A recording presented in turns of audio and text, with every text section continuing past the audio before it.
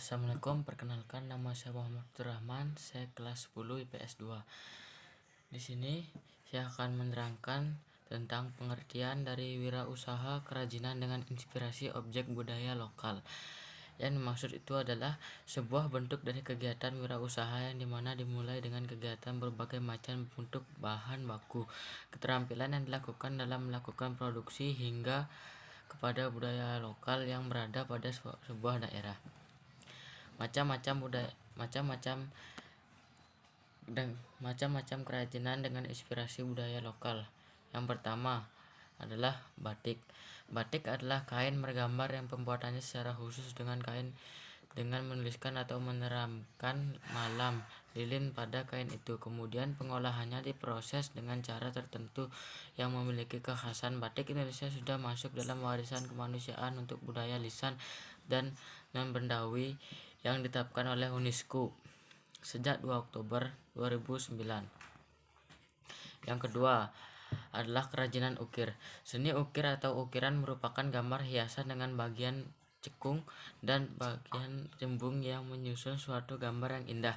Pengertian ini berkembang hingga dikenal sebagai seni ukir yang merupakan seni membentuk gambar pada kayu, batu, logam, atau bahan lainnya. Di bawah ini adalah contoh seni ukir. Yang ketiga adalah kerajinan anyaman. Anyaman dibuat dari bahan alami dan sintetis.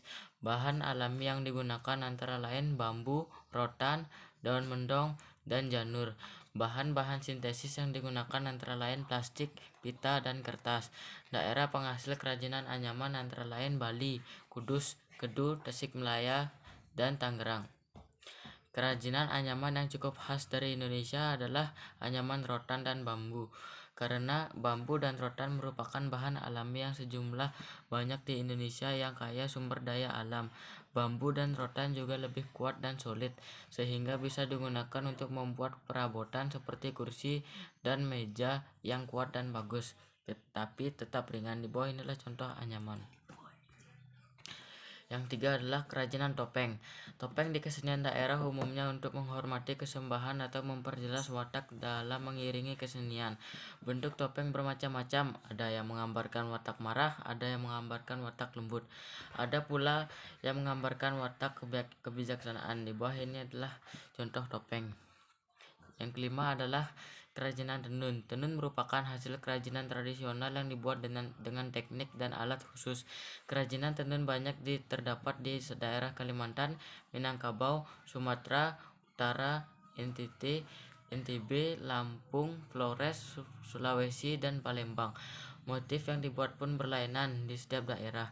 Berbagai motif tenun dari Palembang antara lain mawar, Jepang, cantik, manis, binatang, berantai, nago bersaung, dan bunga cinu. Di bawah inilah contoh ketenun.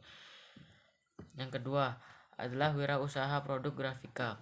Secara garis besar, wirausaha produk grafika adalah sebuah usaha yang dilakukan dengan cara memberikan jasa atau kemampuan kita di bidang desain grafik, bisa dalam artikan percetakan, desain grafis, dan segala macam yang masih berhubungan dengan hal yang berbau grafik dan juga desain secara langsung.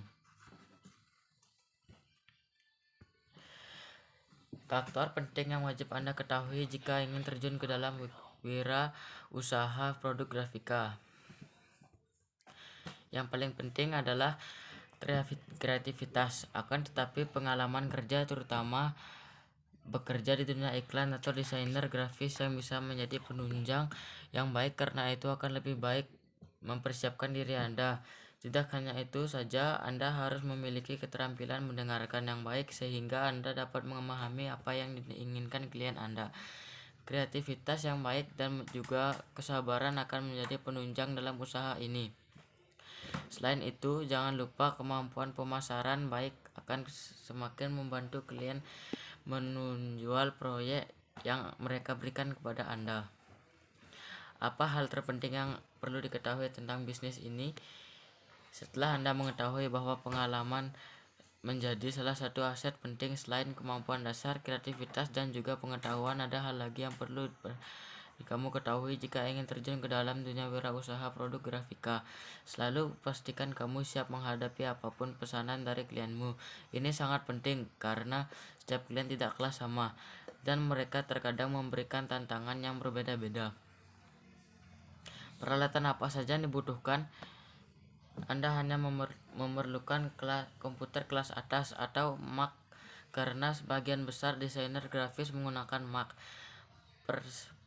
Pastikan juga semua itu dilengkapi dengan drive yang mendukung printer warna berkualitas tinggi, pemindai, mesin fax, dan software yang mendukung usaha Anda.